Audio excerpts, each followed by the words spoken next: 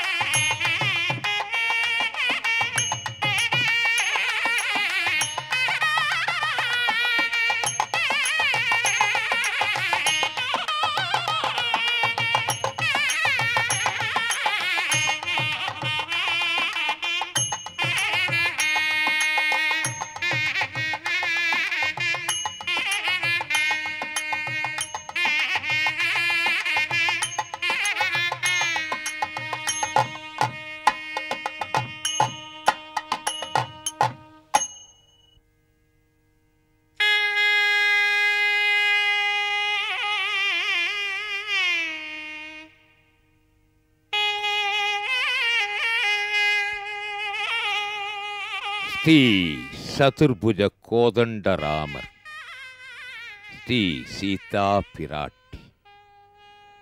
பக்தர்களின் எண்ணங்கள் திருப்பார்கடலில் அலைமோத இந்த திருமண வண்ணத்தை பக்தர்கள் பக்தி பரவசமுடன் பதிய வைத்துக் கொண்ட நிகழ்வு. இவ்வாறான திருமணம் இன்றும் மண்ணுலகில் அமைந்தருள்வது அனைத்தும் சுபீட்சத்திற்காக. இந்த வண்ணமான திருமணம் மனிதர்களின் நல்ல எண்ணங்களை உயர்த்தும் என்பதில் எள்ளளவும் சந்தேகம் ஏதும் இல்லை. இவ்வண்ணம் நிகழ்ந்த வண்ணம் இனி இந்த உலகிற்கு எல்லாம் உய்வண்ணம் அன்றி மற்று ஓர் துயர் வண்ணம் உருவது உண்டோ? மை வண்ணத்து அரக்கி போரில் மழை வண்ணத்து அண்ணலே, உன் கைவண்ணம் அங்கு கண்டேன், கால் வண்ணம் இங்கு கண்டேன் என்று பாடுகின்றான் கவிச்சக்கரவர்த்தி கம்பன். தாடகையை வென்றபோது கைவண்ணம், ஒரு கல் பெண்ணான போது கால் வண்ணம். இங்கே சீதா பிராட்டிக்கான் மெய் வண்ணம், உலகம் உய்யும் வண்ணம், உலகறிய நடந்த வண்ணம். இந்த வண்ணம் எந்த எண்ணத்தில் இடம்பெறுகின்றதோ அந்த வண்ணம் இல்லறமும் அற்புத தெய்வத் திருமண தம்பதிகளால் அருளும் பொருளும் அமைந்தருளும் என்பதில் எவ்வித சந்தேகமும் இல்லை.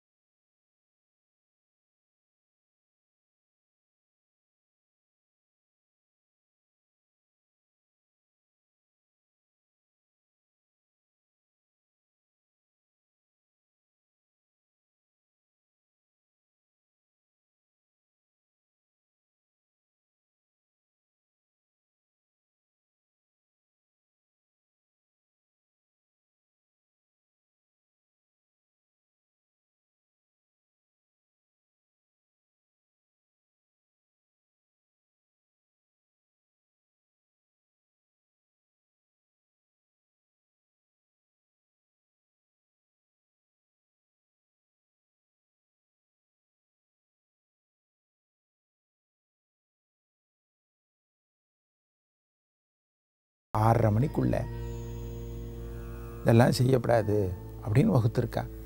ஆனால் குழந்தை பிறக்கிறதுக்கு எதுவும் சொல்லலை. ஏன்னா குழந்தை பிறக்கிறது மகேசனுக்கே தெரியாதுன்னு சொல்லுவாள். சுவாமி தான் நிர்ணயம் பண்ணுறான்.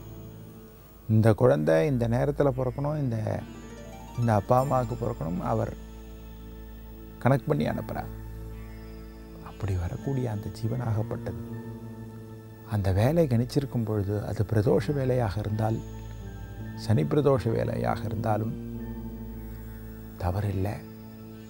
ஏன்னா அந்த காலகட்டத்தில் இதெல்லாம் தான் செய்யக்கூடாதுன்னு சொல்லியிருக்கா.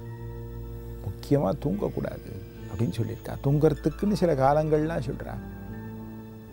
காலத்தால் சூரிய உதயத்துக்கு கொஞ்ச நேரம் தூங்கலாம், அதுக்குன்னு 8 மணி வரைக்கும் தூங்கப்படாது. பிராமணனாக சொல்லும் பொழுது அருணோதயத்திலே முழிச்சுக்கூடான்றான். கார்த்தாலேயே முழிச்சிக்கோ, பிரம்ம முகூர்த்தத்தில் முழிச்சிக்கோ, குளித்து அனுஷ்டானங்கள் பண்ணி கரெக்டாக அந்த சூரியன் 6 மணிக்கு அவன் உதயம் ஆகும் பொழுது கையில் ஜலத்தோடு நில்லுன்றான் தர்மசாஸ்திரம் சொல்கிறது.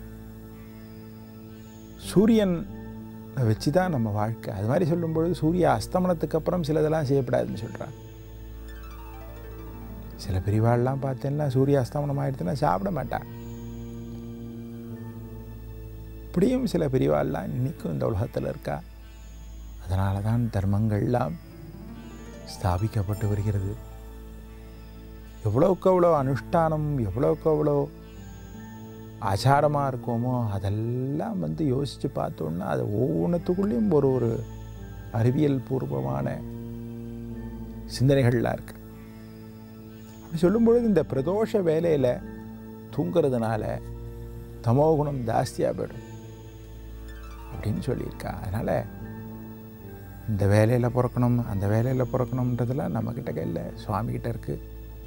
அதனால் பிரதோஷ வேலையிலையோ அல்லது பிரதோஷம் சனி பிரதோஷ நாட்கள்லேயோ குழந்தை பிறந்தா எந்த விதமான தப்பும் இல்லை. என்ன குழந்தை பிறக்கிறதுன்றது சுவாமி நிர்ணயம் பண்ணி அனுப்பக்கூடிய ஒரு இது. இன்றைக்கி மனுஷாலாம் பார்த்தேன்னா ஆப்ரேஷன் ஒன்று பண்ணி அறுவை சிகிச்சைன்னு ஒன்று பண்ணி அந்த குழந்தைய எடுத்துடுறா. அது மாதிரி எடுக்கக்கூடிய குழந்தைகளுக்கு எப்படி ஜாதகம் கணிக்க முடியும்? ஜாதகம் சொல்லும் பொழுது என்ன சொல்கிறா, பனிக்குடம் முடிஞ்ச தலை தெரிஞ்ச உடனே ஜாதகம் கணிச்சிடுன்றா. ஜோதிஷ சாஸ்திரம் அப்படி சொல்கிறது. ஜோதிட நூல்கள்லாம் சொல்லும்பொழுது சொல்கிறது பனிக்குடம் முடிஞ்சு அந்த தலை சிரசு தெரியும் பொழுதே நீ ஜாதகம் கணிச்சிடு அப்படின்னு சொல்கிறா. இது மாதிரி அறுவை சிகிச்சை இதெல்லாம் சிகிச்சையெல்லாம் பண்ணி பிறக்கக்கூடிய குழந்தைகளுக்கு எப்படி கணிக்க முடியும்? அதான் பெரியவா அந்த காலத்துலேருந்து சாஸ்திரம்ன்ற பேரில் நிறைய விஷயங்கள் சொல்லிகிட்டு இருக்கா. கர்ப்பிணி பெண்கள்லாம் எப்படி இருக்கணும், எப்படிலாம் நடந்துக்கணும். அந்த காலத்துலலாம் நிலப்படின்னு உண்டு. வாசலில் பார்த்தீங்கன்னா இப்போல்லாம் படி இல்லை, தரையோடு சேர்ந்துருக்கு. அப்போ நிலப்படின்னு இருக்கும். அந்த நிலப்படியில் போய் உட்கார சொல்ல மாட்டேன். நிலப்படியில் உட்காராத, நீ கர்ப்பவதி, நீ உட்காராத, குழந்தைக்கு தலை பெருசாக போயிடும் அப்படின்வா. கிரகண புண்ணிய காலங்கள்லாம் வரும்பொழுது பார்த்தேன்னா இந்த கர்ப்பவதி பொண்கள்லாம் எதையும் கிள்ளி போடப்படாதுன்னு சொல்லுவாள். அதில் ஒரு சாஸ்திரம், நீ கிள்ளி போட்டேன்னா உன்னுடைய குழந்தைக்கு உடம்பில் கீறல்கள் ஏற்பட்டுரும், அதனால் கில்லாத. இப்படியெல்லாம் ஒவ்வொன்றா சாஸ்திரன்ற பேரில் சுகாதாரமான அறிவியல் பூர்வமான எண்ணங்கள், அறிவியல் பூர்வமான கருத்துக்கள்லாம் வச்சு நம்ம விரிவாக வகுத்திருந்ததுனால அந்த வம்சாவளியும் அப்படி வந்துகிட்டே இருந்தது. அதனால் இந்த காலகட்டத்தில் இப்படி பிறக்கிறதுன்னா அதனால் ஒன்றும் தப்பு இல்லை. அதனால் பயப்பட வேண்டாம். விடை தேடும் வினாக்கள். வினாக்களை அனுப்ப வேண்டிய முகவரி: அருள் நேரம், ஜெயா டிவி, தபால் பெட்டி எண் 3173, சென்னை 6,32,000. மின்னஞ்சல்: அருள் நேரம், ஜெயா டிவி 2000